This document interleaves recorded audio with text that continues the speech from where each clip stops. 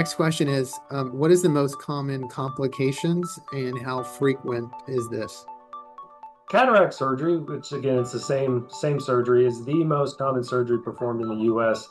And the reason it is that it's such a successful surgery, typically taking less than 10 minutes. And common things that happen, some temporary dryness. And so we put you on drops afterwards, and I put medicine in your eye at the time of surgery because the big thing is we want to avoid infection. And so the rate of infection is less than 0.02%.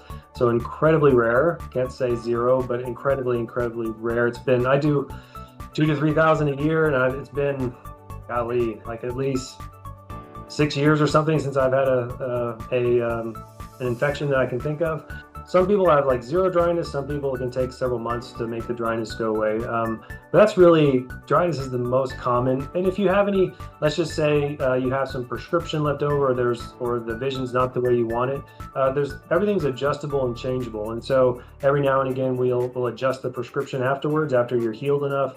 Or worst case, we can always switch the lens out or something if we need to. And so don't ever think I'm stuck if things aren't the way you want. Everything can be adjusted and changed.